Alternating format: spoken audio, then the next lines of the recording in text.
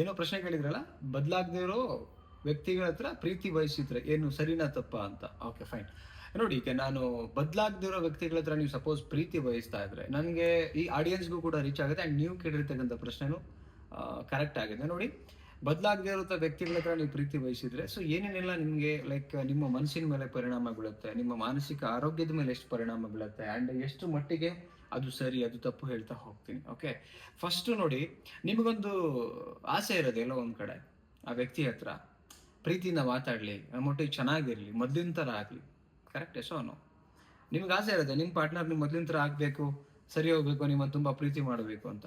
ಆ ಆಸೆ ಇಟ್ಕೊಂಡು ನೀವು ಹೋಗ್ತೀರಲ್ಲ, ರೈಟ್, ಅದು ಈಡೇರದೇ ಇದ್ದಾಗ ಅಗೇನ್ ನಿಮ್ಮ ಮನ್ಸಿಗೆ ಅದು ತುಂಬ ನೋವು ಕೊಡುತ್ತೆ. ಇದನ್ನ ಅರ್ಥ ಮಾಡ್ಕೋಬೇಕು ಆ್ಯಕ್ಚುಲಿ. ಈಗ ಆ ವ್ಯಕ್ತಿ ಏನು ಅಂತ ನೀವು ಕರೆಕ್ಟಾಗಿ ಅವ್ರನ್ನ ಅರ್ಥ ಮಾಡ್ಕೊಂಡ್ಮೇಲೆ ಅಗೇನ ಆಸೆ ಇಟ್ಕೊಂಡು ಹೋದಾಗ ಆ ವ್ಯಕ್ತಿ ಅದನ್ನ ಫುಲ್ಫಿಲ್ ಮಾಡದೇ ಇದ್ದಾಗ, ಅಲ್ಲಿಂದ ಆ ಥರದ್ದು ನಿಮ್ಗೆ ಸಿಗದೇ ಇದ್ದಾಗ, ಆ ಥರದ್ದು ನಿಮಗೆ ರಿಟರ್ನ್ ಬರದೇ ಇದ್ದಾಗ ಡೆಫಿನೆಟ್ಲಿ ನಿಮಗೆ ಅದು ಪೇನ್ ಆಗೇ ಆಗುತ್ತೆ. ಸೊ ಮೊದಲನೇ ಮಿಸ್ಟೇಕು ಏನು ಅಂತ ಹೇಳಿದ್ರೆ, ಬದಲಾಗದೇ ಇರ್ತಕ್ಕಂಥ ವ್ಯಕ್ತಿಗಳ ಹತ್ರ ನೀವು ಆಸೆ ಇಟ್ಕೊಂಡು ಪ್ರೀತಿನ ಕೇಳಕ್ ಹೋಗ್ಲೇಬೇಡಿ. ಅದು ತುಂಬಾ ನೋವು ಕೊಡುತ್ತೆ, ಮೊದಲನೇದು. ಅಂಡ್ ಎರಡನೇದು ಬಂದು ಅಂತ ಹೇಳಿದ್ರೆ, ಬದಲಾಗ್ದಿರೋ ವ್ಯಕ್ತಿಗಳ ಹತ್ರ ಅಗೇನ್ ನೀವು ಸೇಮ್ ಆಸ್ ಇಟ್ ಈಸ್ ಏನೇನು ಕಳ್ಕೊತಾ ಇದ್ದೀರಿ, ಏನೇನು ವ್ಯರ್ಥ ಮಾಡ್ಕೋತಾ ಇದ್ದೀರಿ ಸಮಯ, ನಿಮ್ಮ ಸಮಯ. ಆ ವ್ಯಕ್ತಿ ಬದಲೇ ಆಗಲ್ಲ ಅಂದಮೇಲೆ ಯಾಕೆ ಅಗೇನ್ ಪ್ರೀತಿ ಅಂತ ಅನ್ಕೊಂಡು, ಯಾಕೆ ಅಗೇನ್ ಕಾಳಜಿ ಅಂತ ಅನ್ಕೊಂಡು, ಯಾಕೆ ಅಗೇನ್ ನಿಮ್ಮ ಮಾನಸಿಕ ನೋಡಿ ತುಂಬಾ ಸಮಯ ವೇಸ್ಟ್ ಮಾಡ್ಕೋತೀರಿ.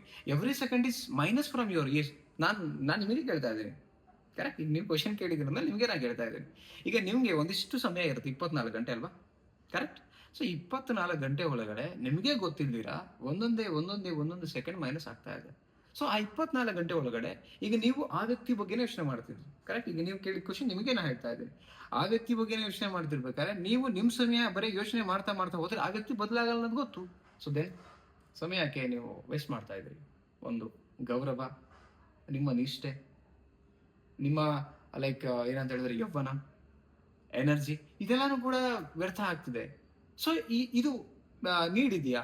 ಬಿಕಾಸ್ ಇದೆಲ್ಲ ಒಪ್ಕೋಬೇಕಾಗತ್ತೆ ಮನ್ಸಿಗೆ. ವಾಟ್ ಎವರ್ ಇಟ್ ಈಸ್, ಏನೇ ಪೇನ್ ಆಗಲಿ ನಿಮಗೆ, ಇದು ಜಸ್ಟ್ ನೀವು ಆಸ್ ಎ ಕ್ವಶನ್ ತರ ಕೇಳಿದ್ರೆ ಅಷ್ಟೇ. ಬಟ್ ಈಗ ಆಡಿಯನ್ಸ್ ತುಂಬಾ, ಈಗ ನಮ್ಮ ಏನು ಆಡಿಯನ್ಸ್ ಇದ್ದಾರೆ ಅವರು ಕೂಡ ನೋಡ್ತಾ ಇರ್ತಾರೆ. ಸೊ ನಾನು ಅವ್ರಿಗೂ ಅದನ್ನೇ ಹೇಳೋದು, ಏನಂತ ಹೇಳಿದ್ರೆ, ಯಾವಾಗ ಆ ವ್ಯಕ್ತಿಗಳು ನಿಮ್ಮನ್ನ ಅರ್ಥ ಮಾಡ್ಕೊಳ್ಳಲ್ಲ, ಸೊ ಅವಾಗ ನೀವು ಅತಿಯಾಗಿ ಅವ್ರ ಬಗ್ಗೆ ಇನ್ವಾಲ್ವ್ಮೆಂಟ್ ಆಗೋದು ತಪ್ಪಾಗುತ್ತೆ ನನ್ನ ಪ್ರಕಾರ. ನಿಮ್ದು ಕೆಲಸ, ನಿಮ್ಮ ಗುರಿ, ನೀವೇನಕ್ಕೆ ಲೈಕ್ ಈಗ ಗಂಡ ಹೆಂಡತಿ ಮಧ್ಯಗಳಾದ್ರೆ ಅಲ್ಲಿ ಮಕ್ಕಳಿಗೋಸ್ಕರ ಬದುಕಿ, ತಂದೆ ತಾಯಿಗೋಸ್ಕರ ಬದುಕಿ, ಅಟ್ಲೀಸ್ಟ್ ಮರ್ಯಾದೆಗೋಸ್ಕರ ಬದುಕಿ.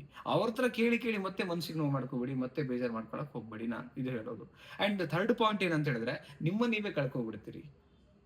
ನೀವೇನೇ ಕೊಟ್ಟಿದ್ದೀರಿ, ಏನ್ ಮಾಡಬೇಕಿತ್ತು, ಹೇಗ್ ಬದುಕಬೇಕಿತ್ತು, ನಿಮ್ಮ ಎನರ್ಜಿ ಎಷ್ಟಿತ್ತು, ಏನ್ ಗುರಿ ಇಟ್ಕೊಂಡು ಹೊರಟಿದ್ರೆ ಲೈಫಲ್ಲಿ, ಅದೆಲ್ಲಾನು ಕೂಡ ಮರ್ತು ಬಿಡ್ತೀರಿ. ಬಿಕಾಸ್ ಫೋಕಸ್ ಕ್ಲಿಯರ್ ಇರ್ಬೇಕು ಲೈಫಲ್ಲಿ. ಬೇರೆ ಅಚೀವ್ ಮಾಡ್ಬೇಕಂದ್ರೆ ಫೋಕಸ್ ಕ್ಲಿಯರ್ ಇರ್ಬೇಕು. ಈ ಒಂದು ರಿಲೇಶನ್ಶಿಪ್ ಪ್ರಾಬ್ಲಮ್ ಆಯ್ತು ಅಂತ ಹೇಳಿದ್ರೆ ನಿಮ್ದು ಫೋಕಸ್ ಡೈವರ್ಟ್ ಆಗಿದೆಯಲ್ಲ, ಇಲ್ಲಿ ಡೈವರ್ಟ್ ಆಯ್ತು ಅಂತ ಹೇಳಿದ್ರೆ ಒಂದು ಸಲ ನಿಮ್ಗೆ ನೀವು ಗೊತ್ತಿಲ್ಲದಂಗೆ ಕಳೆದು ಬಿಡ್ತೀರಿ. ದಿನ ಕಳೆಯೋದು ಗೊತ್ತಾಗಲ್ಲ, ಕರೆಕ್ಟ್. ಆ ವ್ಯಕ್ತಿಗಳ ನೆನಪಲ್ಲಿ ಊಟ ಬಿಡ್ತೀರಿ, ತಿಂಡಿ ಬಿಡ್ತೀರಿ, ಫ್ರೆಂಡ್ಸ್ ಸರ್ಕಲ್ ಬಿಡ್ತೀರಿ, ಎಲ್ಲಾನು ಬಿಟ್ಟು ಬಿಡ್ತೀರಿ. ಸೊ ನಾನು ಹೇಳೋದು ಅಗೇನ್ ರೀಕಾಲ್ ಮಾಡಿ.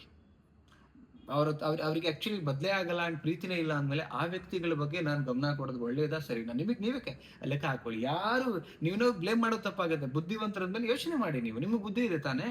ನಾನು ಅದೇ ಹೇಳ್ತಿರೋದು, ಪ್ಲೇಟ್ ಒಳಗಡೆ ಹುಳ ಬಿದ್ದರೆ ತೆಗೆದ್ಬಿಟ್ಟು ತಿಂತೀವಿ ನಾವು, ಹುಳನೂ ತಿನ್ನಲ್ಲ. ಆಕ್ಚುಲಿ ಬುದ್ಧಿ ಇದೆ ಅನ್ವ ತಾನೆ ನಮಗೆ. ಸೊ ನಾನು ನಿಮ್ಗೆ ಅದೇ ಹೇಳ್ತಿರೋದು, ನೀವು ನಿಮ್ಮ ಲೈಫು ಎಲ್ಲಿ ಸಮಯ ವೇಸ್ಟ್ ಮಾಡ್ತಿದ್ರಿ, ಯಾರೊಟ್ಟಿಗೆ ವೇಸ್ಟ್ ಮಾಡ್ತಿದ್ರಿ, ಹೆಂಗ್ ವೇಸ್ಟ್ ಮಾಡ್ತಿದ್ರಿ, ಅದು ನೀವು ಕೂತ್ಕೊಂಡು ಕ್ವಶನ್ ಹಾಕೊಂಡಾಗ ನೀವು ಕೇಳಿರ್ತಕ್ಕಂಥದ್ದಕ್ಕೆ 100% ನಿಮಗೆ ಆನ್ಸರ್ ಸಿಗುತ್ತೆ. ನಾನು ಹೇಳೋ ಅವಶ್ಯಕತೆನೂ ಇಲ್ಲ ಆಕ್ಚುಲಿ. ಓಕೆ, ಸೊ ಅದಕ್ಕೇನೆ ಬದಲಾಗದಿರೋ ವ್ಯಕ್ತಿಗಳ ಹತ್ರ ಯಾವುದೇ ಕಾರಣಕ್ಕೂ ಕೂಡ ಇವೆಲ್ಲಾನು ಕೂಡ ನೀವು ಪ್ರೀತಿಯಾಗ್ಲಿ ಮತ್ತೊಂದಾಗ್ಲಿ ಎಕ್ಸ್ಪೆಕ್ಟ್ ಮಾಡಕ್ ಹೋಗ್ಬೇಡಿ. ಓಕೆ, ಐ ಥಿಂಕ್ ಕೇಳಿದ್ದಕ್ಕೆ ಆನ್ಸರ್ ಸಿಕ್ತು ಅನ್ಕೋತೀನಿ. Thank you.